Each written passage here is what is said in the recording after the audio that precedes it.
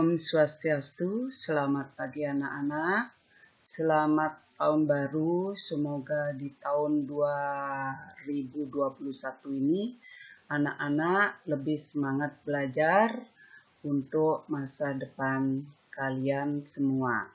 Sekarang kita mulai jadwal pelajaran untuk semester 2. Pada pelajaran matematika di semester 2 ini, anak-anak akan mempelajari yang pertama itu adalah teorema Pythagoras, yang kedua bangun ruang sisi datar, yang ketiga itu adalah statistik, yang keempat adalah peluang.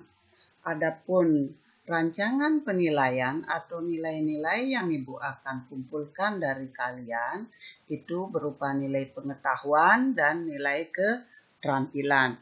Nilai pengetahuan itu terdiri dari tes tulis dan penugasan, sedangkan nilai keterampilan Ibu hanya mengambil nilai proyek, sedangkan untuk nilai keterampilan yang lain selama pembelajaran jarak jauh belum begitu maksimal, sehingga Ibu hanya mengambil merancang nilai untuk nilai keterampilan itu adalah nilai proyek. Nah, sekarang untuk materi yang pertama itu adalah teorema Pythagoras. Siapakah Pythagoras itu? Nah, anak-anak mungkin yang sudah sering mendengar atau barangkali kalau belum, anak-anak silahkan cari di internet kalau ingin anak-anak ingin tahu lebih jauh dari Pythagoras ini. Pythagoras adalah seorang ahli matematika dan filsafat kebangsaan Yunani yang hidup pada tahun 569 sampai 475 sebelum Masehi.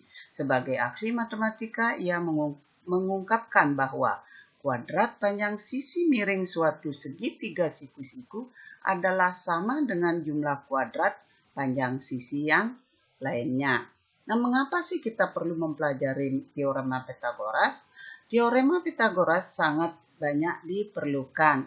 Jadi bukan saja pada segitiga siku-siku, bukan saja pada mencari panjang sisi segitiga siku-siku, juga bisa digunakan untuk mencari panjang diagonal bidang. Nah, ini pada bangun ruang nanti akan tahu apa sih diagonal bidang. Silakan anak-anak pelajari dulu Pythagoras sehingga pada saat nanti belajar bangun ruang tidak banyak menemui kesulitan. Juga bisa dipergunakan untuk mencari diagonal ruang. Nah, nanti anak-anak akan mengenal apa sih namanya diagonal ruang pada bangun datar.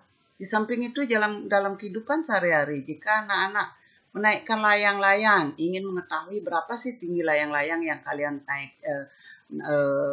mainkan itu, silakan teman kalian suruh mengukur bayangan layang-layang. Jika tepat matahari berada di atas layang-layang, lihat bayangannya, sudah itu ukur jarak kalian ke layang-layang, buat sebuah segitiga siku-siku, akan mudah untuk menentukan tinggi daripada layang-layang yang kalian naikkan. Nah, ini dalam kehidupan sehari-hari, kegunaan dari teorema Pythagoras. Juga dari bangunan, ya, bagaimana caranya membuat bangunan itu sehingga menjadi siku-siku. Nah, itu juga mempergunakan teorema Pythagoras.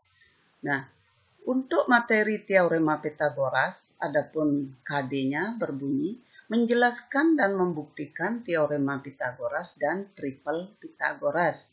Indikatornya, setelah kalian selesai mempelajari materi teorema Pythagoras, diharapkan kalian dapat menghitung panjang sisi segitiga siku-siku jika panjang dua sisi yang lainnya diketahui. Nomor 2, menentukan jenis segitiga, apakah siku-siku, lancip, atau tumpul berdasarkan panjang sisinya.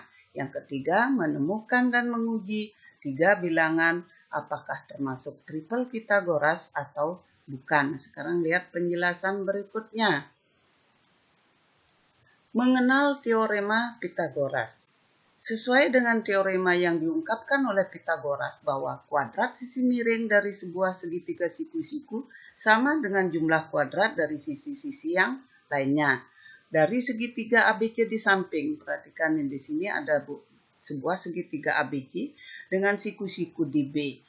Di sini sisi tegaknya adalah AB, Sisi datarnya BC dan sisi miringnya AC. Sisi-sisi ini bisa disebutkan dengan satu huruf. Sisi yang berada di depan sudut A kita beri nama sisi A, dan sisi yang di depan sudut B ini namanya sisi B. Di depan sudut C ini sisi C. Jika dengan satu huruf sisi tegaknya sisi C. Jika dengan dua huruf sisi AB. Nah, siku-siku di titik B, maka akan diperoleh sisi AC. Nah, sisi AC atau sisi B dengan satu huruf sebagai sisi miring. Sisi miring terletak di depan sudut siku-siku. Tolong nanti perhatikan ya pada saat di soal. Nah, rumusnya AC kuadrat sama dengan BC kuadrat ditambah AB kuadrat. Kuadrat sisi miring sama dengan jumlah kuadrat sisi yang lainnya. Atau B kuadrat sama dengan A kuadrat ditambah C kuadrat. Dengan AC atau sisi B disebut sisi miring atau hipotenusa. AB, sisi AB atau sisi C disebut sisi tegak. Ini sisi tegak. Sedangkan sisi BC atau sisi A disebut sisi datar. Sekarang indikator yang pertama, menghitung panjang sisi segitiga siku-siku jika dua sisi yang lainnya diketahui. Contohnya, perhatikan di sini. Panjang sisi miring suatu segitiga siku-siku adalah 15 cm. Jika panjang salah satu sisi siku-sikunya adalah 9 cm, tentukan panjang sisi segitiga siku-siku yang lain. Ini ada sebuah segitiga ABC. Panjang BC-nya adalah 15 dan panjang sisi datarnya adalah 9. Ingat punya kuadrat teorema kuadrat sisi miring. Jadi teorema Pitagoras berbunyi kuadrat sisi miring sama dengan jumlah kuadrat sisi yang lain. BC kuadrat sama dengan AB kuadrat ditambah AC kuadrat. Jika mencari sisi tegak atau sisi datar, maka kuadrat sisi miring dikurangi sisi yang lain. Di sini mencari sisi tegak. Kuadrat sisi tegak sama dengan kuadrat sisi miring dikurangi kuadrat sisi tegak. Sisi mendatar. 15 kuadrat dikurangi 9 kuadrat. 225 dikurangi 81 sama dengan 144. AC kuadrat sama dengan 144. Jadi AC sama dengan akar 144. Sama dengan 12. Kenapa 12? Karena 12 ini jika dikalikan 12 menghasilkan 144. Jadi panjang sisi segitiga siku-siku yang lainnya atau panjang AC adalah 12 cm. Nah, sekarang perhatikan contoh yang lainnya. Di sini ada sebuah segitiga KLM dengan siku-siku di titik M. Panjang KM 24 cm, panjang ML 7 cm. Berapakah panjang sisi KL? Nah, KL di sini adalah sisi miring. Kenapa sisi miring? Jadi sisi miringnya bukan KM ya, KL. KL itu berada di depan sudut siku. Jadi rumusnya KL kuadrat, kuadrat sisi miring sama dengan jumlah kuadrat sisi yang lain yaitu KM kuadrat ditambah ML kuadrat. Sama dengan 24 kuadrat ditambah 7 kuadrat sama dengan 24 kuadrat udah 576, 7 kuadrat adalah 49, 576 ditambah 49 sama dengan 625. Jadi KL sama dengan akar 625 sama dengan 25. Indikator berikutnya. Menemukan dan menguji 3 bilangan apakah termasuk triple Pitagoras atau bukan. Triple Pitagoras adalah impunan 3 buah bilangan yang dapat memenuhi teorema Pitagoras. Contohnya, impunan 3 bilangan yaitu 3, 4, dan 5. Ketiga bilangan ini merupakan triple Pitagoras karena bisa memenuhi teorema Pitagoras ya. Nah, perhatikan kita uji sekarang. Sisi bilangan terbesarnya adalah 5. 5 kuadrat sama dengan 3 kuadrat ditambah 4 kuadrat. 5 kuadrat 25, 3 kuadrat 9, 4 kuadrat 16. 25 sama dengan 9 ditambah 16. 25 sama dengan 25. Berarti Jadi himpunan bilangan 3, 4, dan 5 merupakan triple Pythagoras. Sekarang lihat contoh yang lainnya. Tentukan apakah himpunan 3 bilangan berikut merupakan triple Pythagoras. Yang pertama 5, 7, 8. Yang kedua 12, 16, 20. Lihat penyelesaiannya berikut. Bilangan terbesar yang contoh 1 itu adalah 8. 8 kuadrat. Bagaimana jika hubungannya dengan 5 kuadrat ditambah 7 kuadrat? 8 kuadrat sama dengan 64. 5 kuadrat 25. 7 kuadrat 49. 25 ditambah 49 itu adalah 74. Jadi 64 tidak sama dengan 74. Jadi himpunan bilangan 5, 7, dan 8 bukan merupakan triple Pythagoras. Contoh yang kedua. Bilangan terbesar adalah 20. 20 kuadrat, 12 kuadrat ditambah 16 kuadrat. 12 kuadrat 144, 16 kuadrat 256. 144 tambah 256 itu adalah 400. Jadi 20 kuadrat sama dengan 12 kuadrat ditambah 16 kuadrat. Itu 400 sama dengan 400. Ini berlaku teorema Pythagoras. Jadi himpunan bilangan 12, 16, dan 20 merupakan triple Pythagoras. Nah, sekarang indikator yang terakhir. Jenis segitiga berdasarkan panjang sisinya. Konsep Pythagoras juga bisa digunakan untuk menentukan jenis segitiga, jenis suatu segitiga, apakah segitiga itu lancip, siku-siku, atau tumpul. Langkahnya adalah yang dilakukan, perhatikan yang pertama, mengkuadratkan ketiga bilangan yang merupakan panjang sisi segitiga tersebut. Kedua, mengecek dengan pedoman sebagai berikut. Jika sebuah segitiga dengan panjang sisi A, B, dan C, di mana C merupakan sisi terpanjang, maka berlaku kuadrat sisi terpanjang lebih besar dari kuadrat sisi yang lainnya, maka segitiga itu adalah segitiga tumpul. Jika kuadrat sisi terpanjangnya lebih kecil dari kuadrat sisi yang lainnya, maka segitiga itu adalah lancip. Jika kuadrat sisi terpanjangnya sama dengan kuadrat sisi yang lainnya,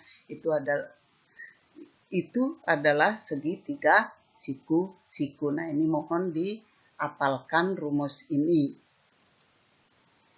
Contoh soal, tentukan jenis segitiga jika diketahui ukuran ketiga sisinya sebagai berikut. Yang pertama, 6 cm, 8 cm, dan 10 cm. Yang kedua, 3 cm, 7 cm, dan 9 cm. Yang ketiga, 5 cm, 6 cm, dan 7 cm. Coba sekarang silakan ini dari ketiga soal ini yang mana merupakan segitiga siku-siku, yang mana lancip, dan yang mana tumpul.